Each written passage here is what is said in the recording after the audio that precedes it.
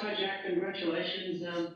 How would I guess from your perspective to have a coach who is willing to actually really look around and pick players in form like yourself? Do you feel like you have a shot like everyone else to be at the World Cup this year?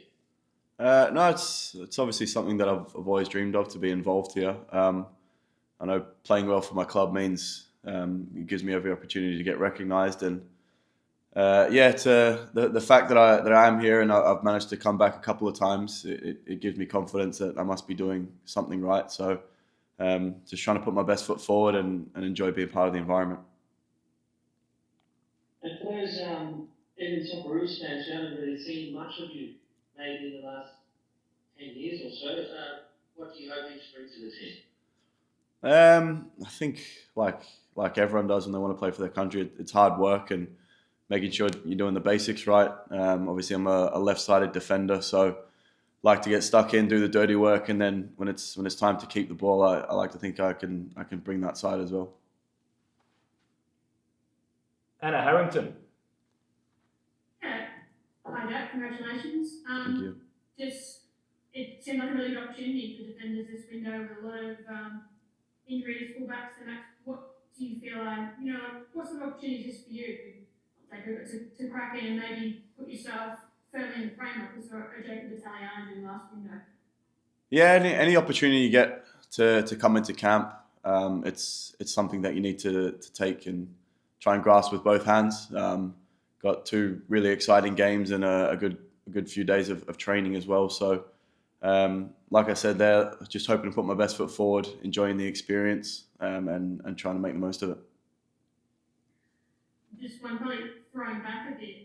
Looking at, you've had a fair bit of resilience through your career. I think it was 3 ACLs as a teenager. How have those experiences, obviously setbacks at the time, so how would you end good stead? And maybe when you push comes to shove and Tony Popovich wants players who know how to suffer, how can that hold you in good stead in this fight for World Cup spots? Yeah, it almost didn't happen for me before it even started. So when I was going through, those setbacks, those injuries, it just solidified the fact that the only thing I want to do is to be able to play football.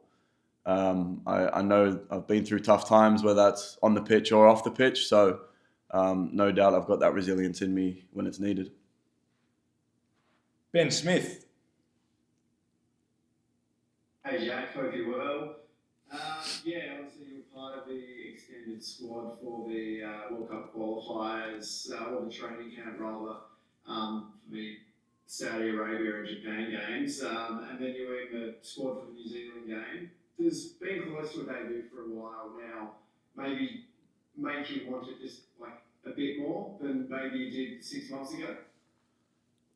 I don't think I could want it anymore, to be fair, whether that's being close or not. But it really just solidify, how badly I do want it. Having the opportunity to come back multiple times and be a part of the group and just, understand the way things are and what the expectations are. It's something that I do really appreciate. And then, like I said there, I'm happy to be part of the group. Does being in the US for these 2 games add a sense of occasion to it at all? Does it feel a bit like a preview for the World Cup? Yeah, I think so. I think everyone's trying to come to grips of what the environment's going to be like. So it's something that we need to be ready for, whether that's staying in it for an extended period of time in one place or traveling and then playing with a quick turnaround. So everything is a learning curve, and we're all trying to make the most of it. Luke. Hey Jack, thanks for your time, mate. What in the various camps you've been in that has Tony told you that he wants you to sort of work on? The first one initially, I won't go into too much detail, but it was some physical profiling stuff. I learned a lot tactically. Obviously, it's the same formation, but a little bit different tactically. So that's one thing you need to think of. And then, he just gave me things that he wanted me to go away and work on. And when the boss talks, you listen. So it's something that I'm really trying to make sure I do. and I've been happy with how things have been going. As the sort of camps have come and gone and game time has come, etc., who have you lent on? Boyley sort of had a word about, keep going type of thing? Yeah, I mean, even when I was playing last season, I would see Boyley coming away, and I would see Millsy coming away, and I was always asking them questions. But it's nice to have those familiar faces in camp. Even big Cam Burgess, I've known him for nearly 20 years now, so there's a good few different boys that I can go to and ask questions if needed. Jake. Hi Jack, thanks for your time, mate. I read some comments this week from your coach at Hibs around basically how much this call-up meant to you and how excited you were for this. I mean, for you, obviously, it's a long journey to this moment. You've been away from Australia for a long time. Can you talk to a little bit that journey and what this moment actually means to you to be on the national team today? Yeah, I mean, I left Australia when I was 21, I think, and started my professional career in Scotland. I think just last weekend there, I managed to get my 300th senior appearance. So, been away for a while, been grinding at it, and yeah, I've said it, a good few times. Everyone that knows me and that speaks to me regarding football knows just how much being able to represent my country would mean to me. And now being a part of this environment and being able to be involved in the lead up to games, it really does solidify that for me. Brilliant. You touched on it a little bit just before for the previous question, but I mean, can you talk a little bit to your relationship with Martin Boyle as well, as obviously sort of captaining Hibs at the moment? I mean, how close are you with Martin, and how much do you talk about the Socceroos? Talk about everything with Boyle, to be fair. He's such a good guy. He leads, in his own way. He's not the most vocal, but yeah, he leads by example on the pitch, and that's something that a lot of the boys take inspiration from. Whether we're talking about anything to do with football or not football, he's a good guy that basically keeps everyone's spirits nice and high with his energy levels. Garby.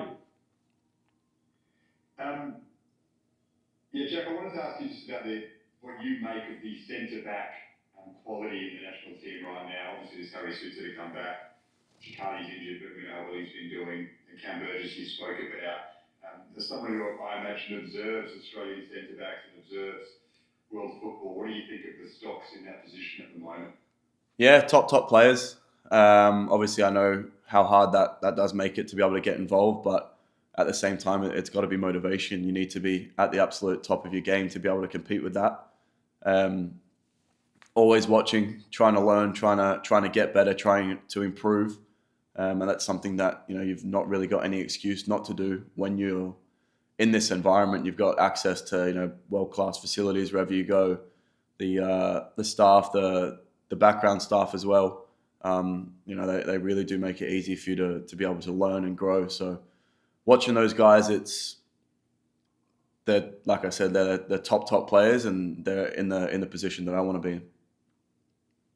I want to ask you about Cam Devlin. He's a nice story brewing for Australia right now. His Hearts are obviously going so well, and he's been there for a few years, and they seem to love him, and he's in the team every week. You're watching him closer than most, I'd imagine. How well is Cam going right now, and how should we be viewing him in terms of a World Cup chance, considering the Hearts story? Yeah, Cammy's absolutely flying. Obviously, as crosstown rivals, you don't really want them to be flying, but in terms of the way Cam's playing, he seems to be holding that team together and doing everything right. So, as a person, I'm happy for him, and I think he's got every chance to keep progressing.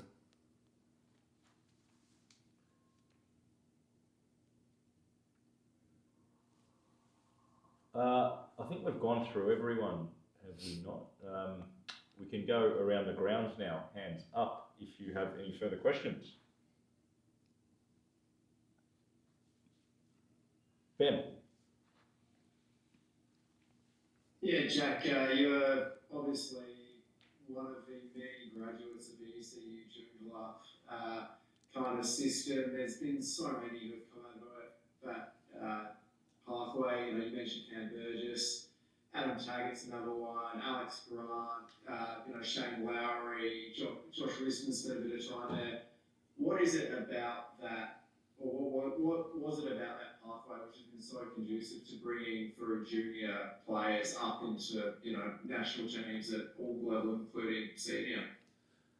Yeah, I'm not really too sure what's in the water there, but it just seems to be a constant, cycle of good players coming through. I think, when you're at that age, you want to go and play with where the best players are playing.